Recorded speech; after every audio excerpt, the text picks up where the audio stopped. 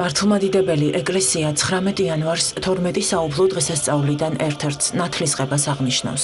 დღესასწაულთან დაკავშირებით ყოვლადწმინდა სამების სახელობის საპატრიარქო ტაძარში საღამოს ლოცვა სრულიად საქართველოს კათოლიკოს პატრიარქმა, მცხეთა-თბილისის მთავარეპისკოპოსმა და ბიჭვინთისა და ცხუმ-აფხაზეთის მიტროპოლიტმა, უწმინდესმა და უნეტარესმა ილია მეორემ აღავლინა.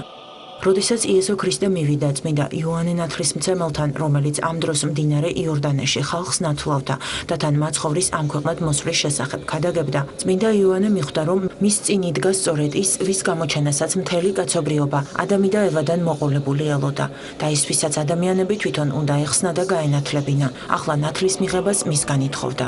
მე მეკუთვნის შენგან ნათლისღება და შენ ჩემდა მოხვალ, მხოლოდ ეს კითხა მაცხოვარს უფლის წინამორბედმა. იესო ქრისტემ წმინდა იოანე მცემელში ახსენა, რომ ღვთისნება უნდა აღესრულებინა. როდესაც მაცხოვარი იორდანეში ჩავიდა და წყალი განწმინდა, იესო ქრისტეს თავზე მტრედის სახით სულიწმინდა დაადგა და ზეციდან გაისმა ხმა. ესე არის ძე ჩემი საყვარელი, რომელიც მე სათნო ვიყავ.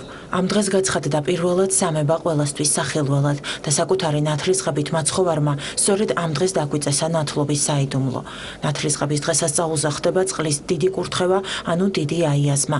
ამ დროს ჯვარს სამგზის შთაფლავენ წყალში და ჯვარს გამოსახავენ. ნაკურთხ წყალს უდიდესი ძალა აქვს და მას მორწმუნეები ოჯახში მთელი წლის განმავლობაში ინახავენ. დღესასწაულთან დაკავშირებით 19 იანვარს ყველა მოქმედ ტაძარში საღვთო ლიტურგია აღევლინება. საზეიმო წირვის ტრანსლაციას საპატრიარქოს ტელევიზია ერთსულოვნება პირდაპირ ეთერში შემოგთავაზებთ. აღსანიშნავია, რომ 19 იანვარს დღის მეორე ნახევარში ყოვლადწმინდა სამების სახელობის საპატრიარქო ტაძარში ჩვილთა რიგით 47 საყოველთაო ნათლობა ჩატარდება. საქართველოს ეკლესიის საჭათმყრობლის ნათლულთა რიცხვს კიდევ 770-მდე ბავშვი შეემატება.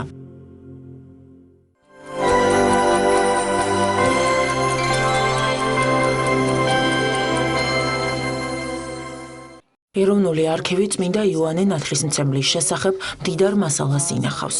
აქ შეხვდებით მინიატურებს, ლიტურგიკული შინაარსის ხელნაწერებს, საღვთისმსახურო კრებულებსა და სხვა მნიშვნელოვან დოკუმენტებს. ამ გამოცემაში წმინდანის საგალობლებია წარმოდგენილი. საღვთისმეტყველო კრებული მე-17 საუკუნით თარიღდება. ის ნუსხურად არის შედგენილი. ეს არის ლიტურგიკული კრებული, გვაქვს პარაკლიტონებიც, გვაქვს სადღესასწაულოებიც, რომელშიც არის წმინდა იოანე ნათლისმცემლის შესახებ საგალობლებიც. აი ამ კონკრეტულ შემთხვევაში აქ საუბარია პარაკლიტონზე, რომელშიც როგორც დღეების მიხედვით არის საგალობლები წარმოდგენილი და აქ არის იოანე ნათლისმცემლის შესახებ არაჩვეულებრივი საგალობლები, რომელიც დღესაც აღესრულება ქართულ ეკლესიაში.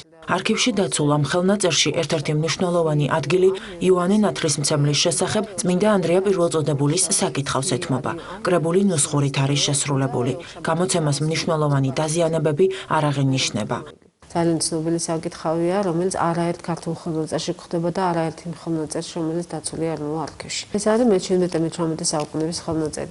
თუმცა გვხვდება იოანე ნათლისმცემლის საკითხავები მე-11, მე-12, მე-13 საუკუნეების ხელნაწერებში, რომელიც დაცულია ეროვნულ არქივში და არა მხოლოდ. უდიდესი წმინდანია, რომელსაც განსაკუთრებულ პატივს მიაგებს ეკლესია, რომელსაც განსაკუთრებით აყვანს მართლმადიდებელი ეკლესია და რასაკვირველია მის შესახებ საკითხავები, საგალობლები და მსახურებები უხვად არის დაცული ქართულ ხელნაწერებში. საცავში წმინდანის შესახებ შედარებით გვიანდელი ხელნაწერები და მინიატურებიცაა წარმოდგენილი. უმრავლესობა მათგანი ახალ აღწერილობაშია შესული. დაინტერესებულ პირებს მათი გაცნობა ეროვნული არქივის სამკითხველო დარბაზში შეუძლიათ.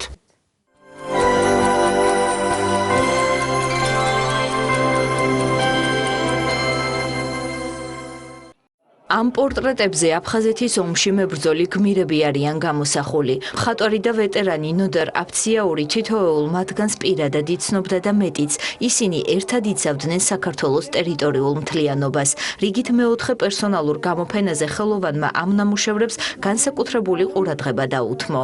მე რო ჩავედი აქედან აფხაზეთში, რა თქმა უნდა, ესენი იყვნენ თვითონ სოხუმელები ძირითადად. მე ამათ არ ვიცნობ. ვიცნობ ერთადერთი ჩვენი უფროსი ვინც იყო ასე თქვა, მე ჯარში ნამყოფი არა ვარ და არც ვიცი რა ერქვა რა და ისე ვახტანგ კილაურიზე იყო. იმან წამიყვანა აქ ვაყიდნენ იარაღი და წავყევი მე მეც. წავედი ეს ბიჭები იქ დამხვდნენ. ჩავები იმათთან ერთად ბრძოლაში მე რა. რო დავინახე რომ ინტენსივს ავტომატი არ გვეკავა ხელში. ვიფიქრე რომ მანქანით საჭიროა. ბატონი ნუდარის შემოქმედებას დიდი ხანია ვიცნობ, ჩემთვის ცნობილია. მისი შეიძლება ასე ითქვას სასანგრე ეპოქის შემოქმედება, რომელიც წარმოდგენილია აი აქ ჩვენგან მარჯვნივ. ეს არის იმ მებრძოლთა პორტრეტების ჩანახატები, რომელიც ავტორმა შეასრულა აფხაზეთის ომის დროს. დღეისათვის ბევრი ამათგანი უკვე ცოცხალი აღარ არის, მაგრამ ავტორის ხელოვნების წყალობით შემორჩნენ ისინი ჩვენს მეხსიერებას ისეთები, როგორიც აფხაზეთის ომის დროიდან გვახსოვს.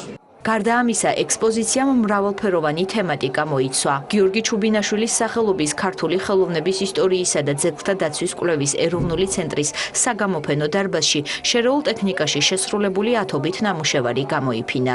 მე ვეცადე, რომ გამოფენა ისეთი ყოფილიყო, რომ მრავალფეროვანი ყოფილიყო. დაწყებული ბროლი, თიხა, მეტალი, სპილენძი, ტილო, ხალხალდი არ ვიცი, მოკლედ იმდენი ნამუშევრები მაქვს, რომ აი თქვენ თვითონაც დარწმუნდებით, რომ დაათვალიერებთ. სხვადასხვა მასალებში მაქვს უამრავი ნამუშევარი გაკეთებული. რაც მოახერხეთ და შევძელით შემასახში ეს არის. დაინტერესებულ დამთვალიერებელს ნოდარ აფციაურის შემოქმედების უკეთგაცნობა 31 იანვრის ჩათვლით შეუძლია.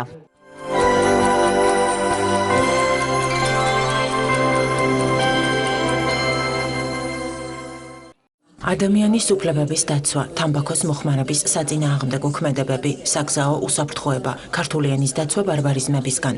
ამ და სხვა საინტერესო საკითხებზე სამოქალაქო განათლების პროგრამა მომავლის თაობის მონაწილეებმა იმსჯელეს. თბილისის სხვადასხვა სკოლის მოსწავლეებმა საზოგადოებას მათ მიერ განხორციელებული პროექტების შედეგები წარუდგინეს. მოზარდებმა მოხსენებებში განსაკუთრებული ყურადღება თანატოლთა შორის ძალადობისა და ჩაგვრის წინააღმდეგ ბრძოლაზე გაამახვილეს. ღონისძიებას განათლებისა და მეცნიერების მინისტრი ლეა გიგაური და სხვა მოწვეული სტუმრები დაესწრნენ. პროგრამა PH International-ის ამერიკის შეერთებული შტატების საერთაშორისო განვითარების სააგენტოს დაფინანსებითა და განათლებისა და მეცნიერების სამინისტროს მხარდაჭერით ხორციელდება. ამ პროექტის ფარგლებში სასკოლო კლუბებთან და ზოგადად სამოქალაქო განათლების მხარდაჭერასთან და ხელშეწყობასთან ერთად ძალიან დიდი მნიშვნელობა აქვს იმ პრაქტიკულ აქტივობებს, რომელსაც მოსწავლეები ახორციელებენ. დღეს სწორედ ასეთი პროექტების პრეზენტაცია გვაქვს, მოგეხსენებათ, რომ სამოქალაქო განათლებას მოქალაქე და აღზრდას და სამოქალაქო ცნობიერების განვითარებას საქართველოში არ აქვს დიდი ისტორია და ჩვენ ვითვლით ყველა პროექტს ნაბიჯ-ნაბიჯ წინ მივიწევთ იმისათვის, რომ შევქმნათ საუკეთესო ტრადიციების მქონე საგანმანათლებლო სისტემა. ეს არის სამოქალაქო განათლების საკლასო პროექტები. მოსწავლეები მუშაობენ იმ თემებზე, რომლებიც აწუხებთ მათ თანატოლებს, სკოლას თუ საზოგადოებას.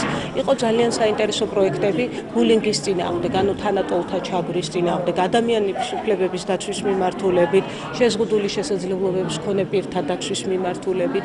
ასევე იყო გარემოს გამწვანების პროექტები, სკოლის ირგვლივ გარემოს მოწესრიგებისთვის. 154 საჯარო სკოლამ მოამზადა პროექტი ეთნიკური უმცირესობების პრობლემებზე, შევისწავლეთ ჩავატარეთ სკოლაში გამოკითხვა, შემდეგ მოახდინეთ მთლიანი პროექტის შეჯამება, ასევე ჰქონდა გაეროს მოდელირებაში ჩვენ მივიღეთ მონაწილეობა, საიდანაც უკეთ გავეცანით ეთნიკური უმცირესობების პრობლემას და გამოვიყენეთ ეს ყველაფერი ჩვენ პროექტში.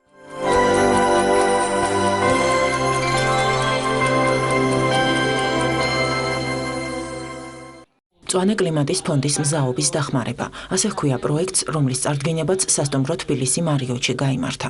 საინფორმაციო შეხვედრის მონაწილეებს გარემოსა და ბუნებრივი რესურსების დაცვის მინისტრის მოადგილემ ეკატერინა გრიგალავამ და გაეროს განვითარების პროგრამის მუდმივი წარმომადგენლის მოადგილემ შომბი შარპმა მიმართეს.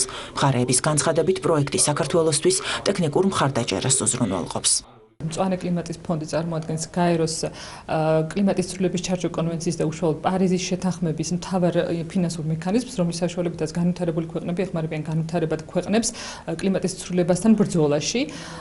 მწვანე კლიმატის ფონდისათვის მნიშვნელოვანია, რომ მისი სახსრებით დაფინანსებული პროექტები იყოს თანხვედრაში ეროვნულ პრიორიტეტებთან და განხორციელდეს მაქსიმალური ეფექტურობით. სწორედ ამის უზრუნველსაყოფად ხორციელდება მზაობის მხარდაჭერი პროგრამა, რომლის დაწყებასაც ეძღვნებოდა დღევანდელი შეხვედრა და რომელიც ხორციელდება გერმანიის საერთაშორისო თანამშრომლობის ორგანიზაციის მხარდაჭერით. ეს ეხება მწვანე კლიმატის ფონდს, ეს არის უზარმაზარი ფონდი და უზარმაზარი შესაძლებლობა საქართველოსის და ქართული ბიზნესისთვის იმისათვის რომ განავითაროს ეგრეთ წოდებული ნაკლებად დაბინძურებელი ენერგიის წყაროები. რომ ჩვენ ვართ მოწოდებული საქართველოს ინდუსტრიული ჯგუფი რომ იმუშაოს ასე ვთქვათ განავითაროს განახლებადი ენერგიის წყაროები. ჩვენ გვაქვს პროექტი ქარის ენერგეტიკის განვითარების და ამ კუთხით ძალიან მნიშვნელოვანია დამატებითი ფინანსური რესურსების, დამატებითი საინვესტიციო ასე ვთქვათ შესაძლებლობების გაჩენა, რათა საქართველოში განვითარდეს და ჩვენ წავიდეთ მდგრადი განვითარების კუთხით.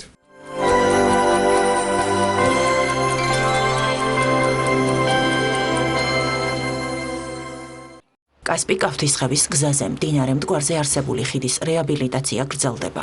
აღნიშნულ სამუშაოებს საავტომობილო გზების დეპარტამენტი ახორციელებს. მდინარე მტკვარზე არსებული ხიდის რეაბილიტაციის ფარგლებში გათვალისწინებულია ნაგებობების ბურჯების გაძლიერება, სარეგულაციო კედლების შეკეთება, სავალი ნაწილისა და ხიდთან მისასვლელი გზების მოწესრიგება. საავტომობილო გზების დეპარტამენტის დაკვეთით მიმდინარეობს შიდა სახელმწიფოებრივი მნიშვნელობის კასპი-კავთისხევის მე-5 კილომეტრზე არსებული სახიდე გადასასვლელის რეაბილიტაცია. აღნიშნული თაღოვანი ხიდი გასული საუკუნის 40-იან წლებში არის აგებული და მის მერე რეაბილიტაცია არ ჩატარებია. როგორც ხედავთ, ახლა სამუშაოები სრული ფრონტით არის გაშლილი. აღნიშნული ხიდის რეაბილიტაცია გასული წლის ნოემბრის თვეში დაიწყო და მიმდინარე წლის ზაფხულში დასრულდება. იგი სახელმწიფო ბიუჯეტიდან ფინანსდება და მისი ღირებულება 1,100,000 ლარი.